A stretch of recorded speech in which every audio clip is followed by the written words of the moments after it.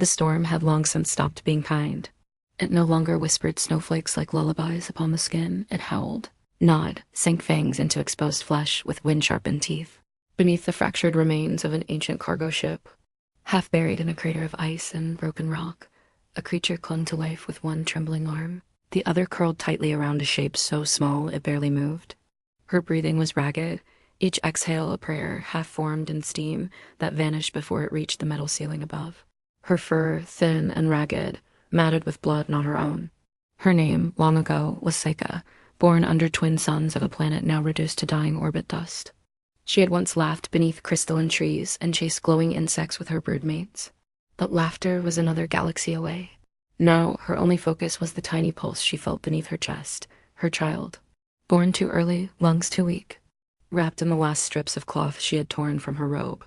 The ship had fallen like a curse from the skies 2 nights ago, carving a scar in this forgotten, frozen world. Only she had emerged. Only she and the infant who whimpered in sleep, but hadn't cried since dusk. That silence was worse than the cold. Worse than the endless dark outside. The cold crept through her bones now like a final breath. She shifted, curling tighter, pressing her child closer, whispering in a language the universe had never heard before. It was all instinct, this lullaby made of syllables that meant live, little one, live. Her eyes began to close, not because she wished to rest, but because her body could no longer protest the pull of numbness that felt too much like peace. The stars above blinked behind metal holes torn in the hull, and for a brief, flickering moment, she imagined she could see her ancestors among them, arms outstretched, calling her home. Then came the white dot. It wasn't a beam or a flare or anything. So sharp, it was soft. It glowed like an ember instead of a flame. It moved through the storm like it didn't care the wind was screaming. Footsteps followed it. Not crunching, pressing, firm, slow. Heavy boots, breath not hers. Something was alive out there. Alive and walking. She stirred, too weak to lift her head, eyes fluttering open in confusion, fear or hope. Her body could not run, not anymore. Not with her child cradled close. She prayed it was the end, something quick and merciful. But instead of claws or steel, the light grew near, then stopped. A shadow blocked the wind. Then warmth. Real, invasive, overwhelming heat. It pressed through her ragged fur, against her face, her hands. A hiss of warm air, blankets, actual blankets. Then fingers strange, gloved, large, but gentle. The kind that could crush or cradle. She didn't understand the words, but they weren't threatening. They were calm, confused, kind, a voice, human, male. Jesus Christ, hey, stay with. You're alive. You're okay. She didn't understand, but her child stirred. For the first time in hours, it whimpered softly, its chest rose with effort. The warmth deepened, covering them both. The human knelt, removing his outer coat and wrapping it around her shoulders. He lifted a canister, pressed it toward her. Lips, steam, water, heated. She didn't drink, but her child was helped first by this being who had no reason to care. Who shouldn't even be here. The human's eyes flicked to a beacon glowing red on his wrist. Temps dropping fast. Gotta get you out of here. He pulled a communicator to his mouth. I've found survivors, 1 adult, 1 infant. Sending. Coordinates now. They're alien sentient, not hostile. Negavac, hypothermic. She watched him speak to the air, bewildered by his urgency, by the way he held her child like it mattered, like it was his own. He kept talking, kept working, covered her with a thermal sheet, slid a heating module beneath them. And when her lips moved when she tried to say something, he didn't shush her. He just looked at her, right into her eyes. You're safe. Now, he whispered, the words meaningless but the tone of melody she didn't need to translate. Then, for the first time in what felt like eternity, she wept. She wept with all the strength she hadn't used to flee, or scream, or fight. She wept because this being, this stranger, had knelt before her not as a conqueror or god, but as something far more terrifying to believe in, a rescuer, a man, who shouldn't be there, but was, and somewhere, through the blanket of snow and time and fear, something inside her began to bloom again, something as fragile and dangerous as hope. Asterisk, asterisk. The warmth he gave off was not just from his suit. It was something else radiating from his skin, his voice, his eyes. Seika couldn't understand the words, but she understood the intention. His gestures were careful, as if he feared that touching her too quickly might break her, as if her bones were glass and her child was spun from mist. He kept kneeling, one knee in the slush, no regard for the howling storm behind him. His body shook slightly in the wind, Yet he made no move to shield himself until he had secured the blankets tighter around them both. His breath steamed through the black visor of his helmet, but his eyes stayed fixed on her intense, worried but soft. His name was Cole, though she wouldn't learn that for some time. To her then, he was just this upright thing of strange skin and warm light, smelling faintly of oil and wind. He pulled a thermal flask from his belt, flicked open a nozzle, and gestured gently. Seika flinched, the instinct of a hunted creature. He didn't press. He tilted it himself, let a line of warm liquid drip onto his own wrist. Then he sipped, nodded, and turned it again toward her. She took it barely and raised it with hands she could no longer feel. The taste was alien, but it was warm, and it traveled down her throat like a rising sun. Her child made a sound. Small, strangled, a cry half-formed. That cry sent Cole's head snapping toward the bundle in her arms. Without a word, he reached forward, hands open, palms up, silently asking. She hesitated. This was all she had left. All she had survived for. But her child whimpered again, and her own strength was fading fast. Her arms loosened, and she let him hold the tiny, frail bundle. His hands swallowed the infant whole. But he didn't flinch at the sight of it, not at the soft, trembling fur, the scaled edges of the cheeks, the shimmering, wet black eyes. Instead, he wrapped it gently in another blanket and held it close to his chest where the heat of his core suit could reach the child more directly. "It's okay," he said again, voice low, as though trying not to startle the night itself. "You're not dying here, not tonight." He adjusted the heating module under her again and raised his wrist to speak into the communicator. "Base, this is Expeditionary Scout 4B. Repeat. I've located survivors. Alien mother and child. Minimal injury but critical hypothermia. Coordinates attached. Confirmed intelligent. No weapons. Request immediate drone extraction or mobile. Shelter drop." There was static. He tapped it, cursed softly under his breath. Sika's ears picked up his tone, not rage, not panic, but frustration drenched in concern. The human leaned back and looked up at the sky, now swallowing its stars. Behind thick curtains of swirling ice. He knew help would take time, maybe too much time. He made his choice without ceremony. He pulled the emergency beacon from his belt, slammed it into the snow, and ignited it. A pulse of red light burst upward like a signal flare, invisible to the naked eye, but traceable by the satellites above. "Okay," he said to them both, kneeling again, brushing snow off her face with fingers that left behind a tingling warmth. "It's going to be a long night, but you're not alone." Then he did something that startled her. He sat down, right there in the snow beside her, took his pack off, pulled out rations and a thin foam shelter sheet, stretched it over the broken metal slats above them. Wind still howled through the gaps, but less now. He opened his suit slightly and placed her child against his chest inside it, zipping the seal carefully. The little one stirred, warmed instantly by his body heat, then let out a sigh, short, sharp, but alive. Sika's eyes burned again, not from the cold. From the foreign, impossible presence of this being beside her who hadn't once asked who she was, what species, what war or crime or reason had brought her here. He hadn't asked if she was friend or foe. He had seen her child in her condition, and that had been enough. She could barely lift her head now, but she whispered something. A name, a syllable, her child's name. It meant born beneath fire. In her language. Cole leaned down, heard the sound, and nodded. "I'll keep them warm," he whispered, not understanding the word, but feeling the weight of it. "I promise," and he did. He held the child through the night, checked her breathing, monitored Sika's vitals with every pulse his scanner could register. He refused to sleep. When her head lolled, he nudged her awake with gentle pressure. On her shoulder, he muttered stories, names of earth animals, descriptions of sunlight and summer. He spoke of rivers and cities, of children playing in streets under neon moons. And though she understood none of it, his voice painted colors on the darkness of her dying thoughts. Colors that kept her from fading entirely. For in that frozen place, on a world neither of them were meant to call home, something ancient happened. Not a rescue, not a war, but a human reaching out into the dark with nothing but empathy in his hands and saving a life, not because it was his duty, but because it was right. Dawn did not rise on that world. It crept. It dragged pale light across the jagged hills like a reluctant promise, refusing to admit that another day had come. But in the fragile blue haze of early light, under the half-collapsed shelter made from salvaged metal and faith, two beings remained alive where death had already begun its claim. Seika opened her eyes slowly, unsure if she was alive or dreaming. Her body still ached, her limbs still barely moved. But something was different now. The pain had shape. The cold had less bite. And most of all, the warmth was still there, this time not just around her, but within. She turned her head, inch by inch, to where the human sat. He had not left.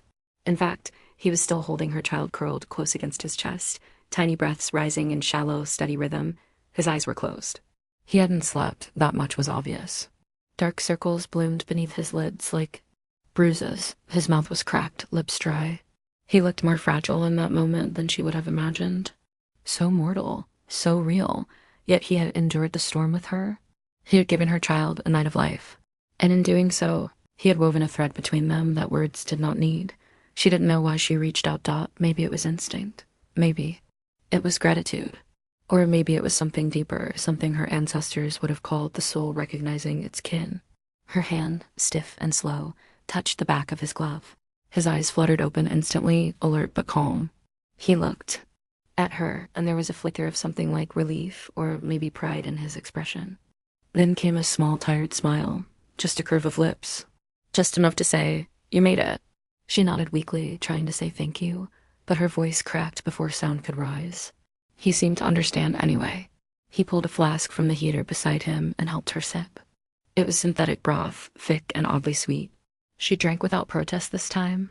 Every drop made her feel more present, more rooted in her body again. She reached for her child. He handed the bundle over gently, carefully, as though handing over a sacred flame. The baby stirred in her arms, warm, alive. Breathing. Her heart broke open, then not in pain, but in awe. She hadn't thought she'd ever hold her again. Her child's eyes opened just a slit, locking for a heartbeat with her own. And in that moment, she felt a rush of something older than language, older than fear. A thread had been preserved. A future had not been snuffed out. And it was because of this human. She turned back to him, searching his face for a name. He must have sensed it because he pointed to his chest. "Cole," he said, slow and clear. "Cole." Then, as if testing it, he pointed to her with a lifted brow. She hesitated, then whispered through cracked lips, "Seika." He nodded, repeating it gently. "Seika." His accent was clumsy. His mouth formed it imperfectly. But the sound of it in another's voice made her shiver. It had been so long since anyone had said her name out loud. Even longer since anyone had meant it. Hours passed. The sun barely shifted. Rescue hadn't come yet. But neither of them spoke much. They didn't need to. He showed her things, gestures, items from his pack. He unwrapped a photo from a waterproof sleeve and showed it to her. A woman, human, smiling, brown hair, holding 2 children. Behind them, mountains, trees, a dog leaping in motion blur. Cole tapped the picture, then his chest, then mimed a ring on his finger. Seika understood. Family. She pointed to the baby in her arms, then touched her own chest. He nodded. They both had someone. And both had almost lost them. At one point. She motioned weakly to the scar across his neck, jagged, healed but raw. He raised an eyebrow, then lifted a hand, waggled it as if to say, "Long story." Then he mimed an explosion. He pulled up his sleeve, showed her a faded tattoo with letters she couldn't read, flanked by a symbol that looked like a burning bird. He tapped it, then pointed to the sky. Military? Survivor? Something else? She didn't know. But what she did understand was that he, too, had seen death, had carried it, had perhaps fled it the same way she had. They were different, painfully so. She with her soft fur and glowing eyes, he with skin that bruised under frostbite and hands that never stopped shaking from the cold. But in that wreckage, with only the heartbeat of a child between them and silence, they saw each other truly. Not as alien, not as threat, but as wounded things who had chosen, when all reason said to give up, to reach across that pain and offer warmth. That was when the signal flare finally cracked the sky, when the sky opened and the ship's low hum filled the air like a god's breath. Cole's beacon had been answered. A rescue pod descended, legs hissing steam, metal glowing soft against snow. Its door opened. Met-drone arms unfolded, scanning, assessing, preparing. Cole stood first, his legs nearly buckled. He didn't hesitate. He turned to Seika and offered a hand, not to pull her up, but to walk beside her. She took it, and as they stepped into the ship together, she realized something she hadn't dared believe before. The worst had passed. But something better, something new had just begun. Asterisk, asterisk, the med-pod doors closed with a hiss, sealing out the storm, the wreckage, the graveyard of Seika's past. Inside, warmth pulsed from the walls, artificial but full. Soft lights scanned their bodies, mapping wounds and vitals, humming with purpose. Seika didn't protest when the drones came, machines shaped like floating arms with needles and gentle lights. One scanned her chest and whispered something in the human tongue. Cole read the display aloud to himself, frowning. Severe muscular frost trauma, malnutrition, internal bruising. But stable. He glanced at Seika, smiled. You're tough, then looked at the child in her arms. Very tough. She didn't understand the words, but she heard the shift in his voice, the way it dipped softer for the child, deeper for her. Her own breath had steadied now. Color had returned to her fingers. She could feel the child moving, clutching instinctively at her fur. Life, wriggling, small, impossible.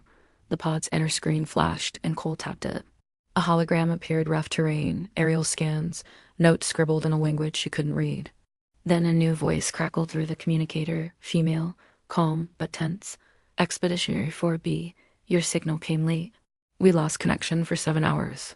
Satellite pass confirmed structure debris. Rescue pod diverted from routine pickup. Is the survivor alien intelligent? Cole hesitated, eyes flicking to Seika.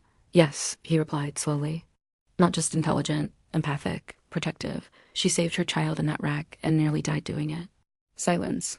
Then understood. Return to base. We'll notify Science Command. Keep communication minimal until debrief. Protocol E7. Applies. No direct contact unless necessary. He clicked the communicator off, but Seika had already seen it in his eyes, the change. Not fear. Not rejection. Just hesitation. As if something deeper than protocol had begun to creep into his thoughts. She reached toward him, resting her hand lightly on his arm. His eyes locked with hers. She didn't speak, but something passed between them anyway. A question, a plea, and something she didn't know she'd been asking until now. What is it you're not saying? He sat down heavily, removed a tablet from his satchel, tapped through layers until images appeared. Seika leaned closer, her eyes widening dot maps, not of her world but of others, systems, coordinates, and then, finally, an image she knew too well, a cargo ship. Her ship, before the crash. Cole saw the recognition in her face, nodded grimly. Your vessel showed up 3 days ago. No comms, no registration match. It was already descending when it lost control. We were tracking it, thought it might be smuggling tech, or worse. He hesitated. His fingers trembled slightly before he flipped the screen again. What she saw next made her blood go cold. A picture. Blurry but unmistakable. A body curled, small, in one of the ship's stasis pods. Another like her. A child. A second child. Not the one in her arms. Cole's voice lowered. We scanned the crash site. There were multiple stasis signatures. One was still active when our satellite passed overhead. But when we got there, it was gone. Seika's breath hitched. Her heart lurched. She clutched her infant tighter and looked down at her baby's face. Not confusion, not fear, but realization. A sibling. A twin, left behind? No taken. Cole sighed and leaned forward, placing his hand gently on her shoulder. We think someone got there first. Before me. Before the storm. A signal was picked up from a private scavenger drone. Unauthorized. Someone intercepted the crash. Took one of the pods. We don't know who. Seika let out a sound, soft and long and broken. A howl without volume. Her body rocked once, and her grip on the child faltered before she caught herself. Her family hadn't just died. One piece had been stolen. Cole didn't flinch. He didn't offer hollow comfort. Instead, he reached again into his bag, pulled out a small device, and pressed it into her hands. It flickered to life, an audio file. Static. Then voices, alien, not hers. Not his, rough, mechanized, confirmed viable specimen. High price, unregistered genome. Seika didn't need translation. She understood the cadence of cruelty, of those who saw life not as sacred but as currency. Cole spoke softly, like a man offering an impossible truth. The scavengers, we call them. Black rings intercept ships in dead zones. They steal what isn't theirs. Tech, organs, people. This was no accident. Your ship was marked, deliberately. The walls of the pod suddenly felt smaller, tighter, like they might collapse with the weight of her grief. Her ship hadn't fallen because of bad luck or storm trajectories. It had been hunted. For her children, her breath came faster, her vision blurred. But Cole reached out, not with orders, not with control, just a quiet hand on hers, anchoring, present, alive. I'll help you, he whispered. I swear it. I don't know how yet, but I will. And in that moment, her eyes, those strange, luminous windows, locked with his. And he felt something impossible pass between them, not just emotion, a merging of pain. A wound shared by two species who had no reason to trust one another, but had every reason to fight for what they had left. She didn't nod, she didn't speak, but her fingers closed around the device. Her child pressed tighter to her chest. And somewhere inside, the fire that had nearly gone out began to burn again, not for survival this time, but for justice. The journey to the base was quiet, but it wasn't peace. It was the quiet of the hunted catching its breath of pain, pushed aside to let fury live. Seika sat still, holding her child close, but her mind was no longer broken by grief. It was alive, alert, and for the first time since the crash, she wasn't just surviving, she was planning. Her other child, her firstborn, her blood was somewhere out there, breathing under a different sky, in the hands of those who saw life as property. And in that silence, a vow took shape in her heart. It didn't matter how far or how long, or how many lives stood between her and that missing cry she would follow. Cole knew it too. He could see the change in her. She was now longer trembling when the pod landed. She stood on her own legs that had barely carried her out of the wreck. She didn't need translation to know the world she had entered was watching her. The base was cold, not in temperature, but in gaze. Eyes followed her scientists behind glass, soldiers with fingers too close to triggers. She held her baby tighter and kept her eyes locked forward. No fear, not anymore. Cole walked beside her. Always beside her. He spoke in low tones to the officers. Argued once, his voice rising. She's not a threat, she's a mother. She's been through hell, and she still protected her kid better than most trained soldiers could. They took blood samples, scans, questions she didn't answer. But through it all, Cole stayed close. He fed her, taught her words. Slowly broken syllables of his language. Water. Child. Safe. Fight. He pointed to the scar on his neck again. War, he said, then tapped his heart. Peace. And then, 2 days after arriving, she heard her own name spoken in a room she wasn't in. S-E. She froze in the hallway, the sound coming through a half-open door where two men argued. She's looking for something, said one. Or someone. Did you see the logs from her ship's HFY? That wreck wasn't just carrying survivors. It was running from a Black Ring slaughterhouse. They were escaping. There were more than just her and the baby. Are we sure we want to get involved? The second voice asked, uncertain. If the Rings took her other child, they'll come back for the rest.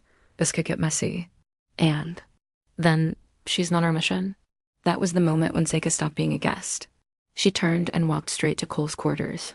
The door opened without hesitation. She said only one word. Help. He didn't ask how she had heard.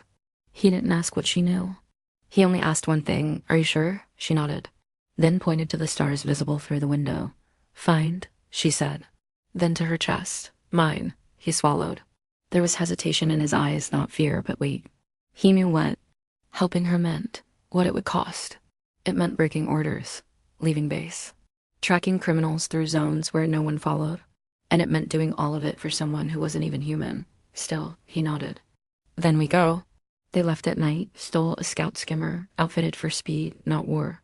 Cole copied stolen data logs from the ship's HFY, encrypted footage of the scavenger drone that had plundered the wreck. They followed the signal, trailed to the edge of known space, where human law ended and silence reigned. It wasn't long before they found the first clue, a burned-out orbital relay, long dead, but still holding a whisper of data coordinates pinned by a scavenger pod. They followed it, and what they found wasn't a station. It was a market, floating. In the dark, lit by sickly blue lights and orbiting a dead moon, was a Black Ring trading port. No names, no banners. Only ships docking and leaving, shadows moving behind windows where nothing could happen. A place where lives were priced, where cries were muffled before they could echo. Cole piloted the skimmer low, past defense grids, into an access tunnel meant for garbage. Seika held her child in a sling strapped to her chest, her eyes burning. Her body still hadn't fully healed, but her heart gave no room for pain anymore. They slipped into the station unseen, disguised in layered robes, borrowed ident tags. But it didn't take long before the air changed. Cole felt it. So did she. The sound of a child crying sharp, short, high-pitched carried through a corridor and froze her mid-step. She turned. Cole grabbed her wrist. Wait, could be a trap. But Seika was no longer waiting. She walked forward, every step deliberate, every muscle clenched. The cry came again, fainter but real. Not her child, not the one she carried. But the other dot. Then came the door. Locked. Cole placed a charge from his belt, stepped back. No noise, no time for caution now. The blast was small, contained. They rushed inside. What they found wasn't a cage. It was a lab, tables, lights, scanners, and inside a containment pod glowing, hissing, was a child floating in amber suspension fluid. Eyes open, mute, but watching. Her child, still alive. And just as the weight of that miracle struck Seika like lightning to the soul, a siren blared overhead. They had been seen. The black rings were coming. Asterisk, asterisk, the moment the siren screamed, the entire station changed. Lights that once pulsed in slow, sickly rhythm flared red and angry. Walls sealed, panels shifted. And in the air, you could feel it, movement. Dozens, maybe hundreds of lives that lived in shadow, now turning their gaze to the breach, to the noise, to the two intruders who had dared to walk into the black heart of a stolen world. Cole's gun was already in his hand. Though he didn't want it to be, he wasn't here to fight. He hadn't drawn it since the last war, the one that left the scar across his neck and the nightmares behind his eyes. But now, with Seika beside him, her eyes locked on that containment pod, her body trembling with something deeper than fear, he knew there would be no walking away without fire. The child inside floated peacefully, eyes blinking, mouth forming. Slow, soundless shapes. Cole cursed under his breath. They were prepping it for sale. Cryogenic stasis, medical drains. If we were even an hour later, Seika didn't speak. She walked forward, hands reaching, fingers glowing faintly with the warmth that had once protected the child in the wreck. She placed one hand on the pod and whispered the name, her child's name, the one the stars hadn't heard since the ship fell, and from within, the infant moved. A hand pressed lightly to the inside of the glass, recognition, blood calling. To blood. Then came the first footfalls, heavy, armored, fast. Cole turned sharply. They're coming.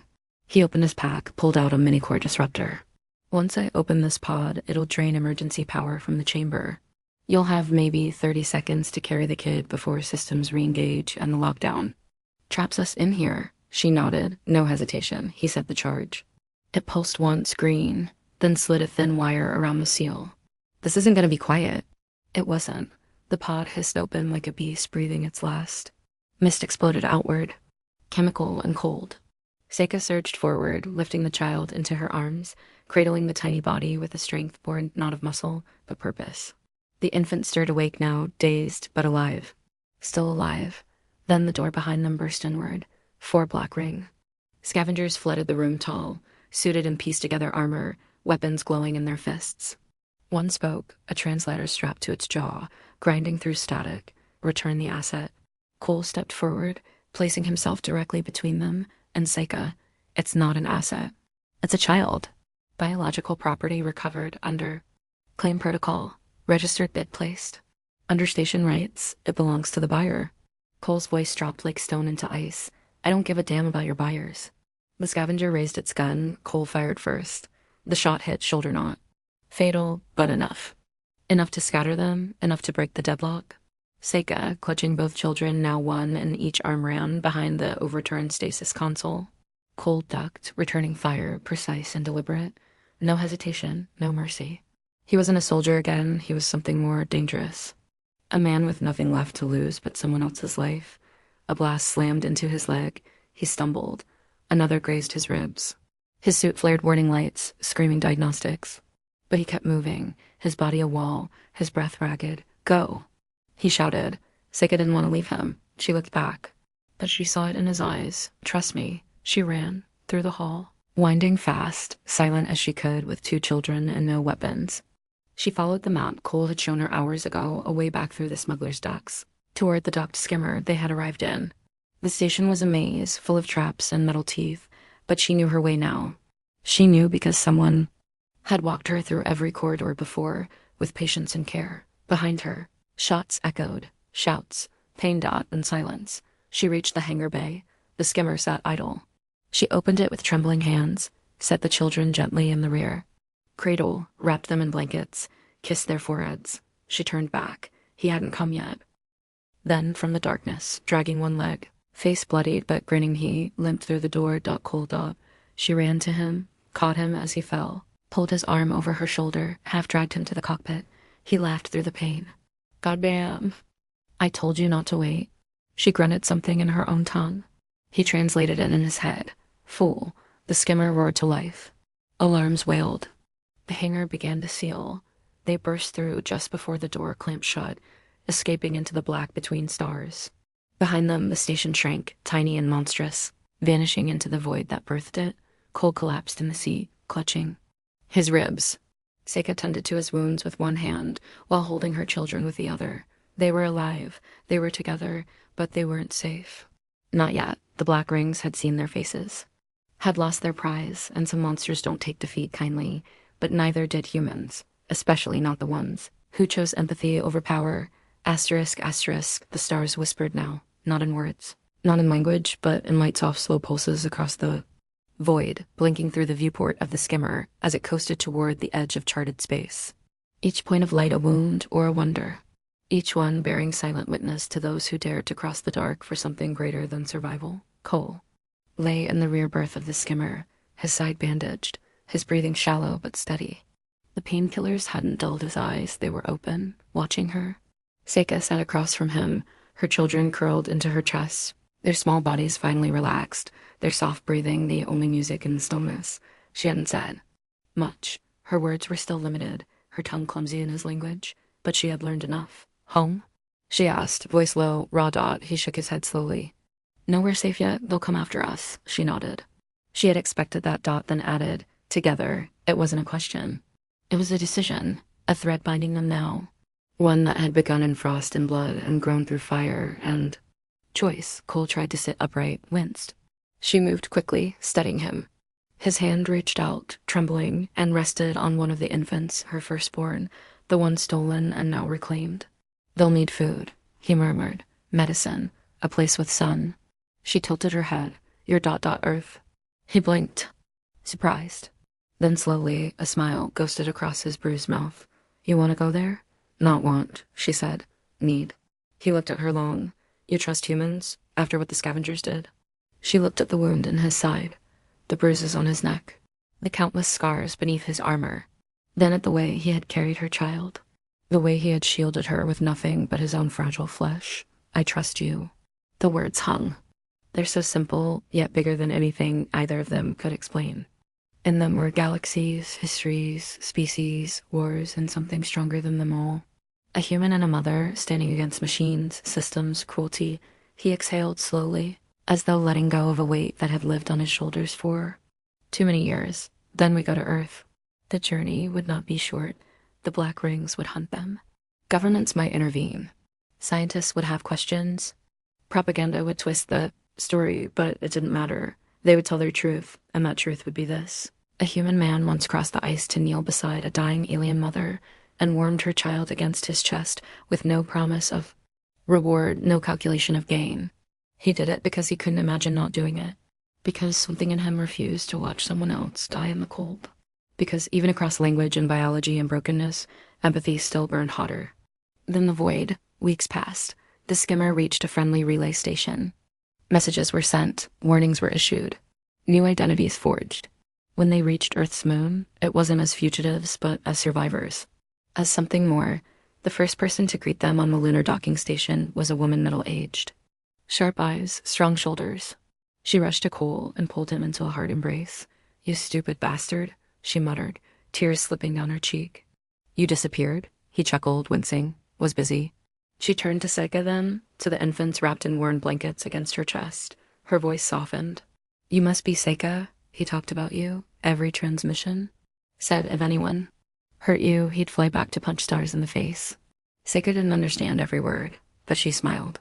It was enough. They were taken in, examined, protected, and for the first time truly welcomed. The children grew. One learned to speak both languages. The other learned to draw stars that weren't real but looked like home. Seika worked with xenobiologists, shared her history, taught Earth's children how her people sang through storms.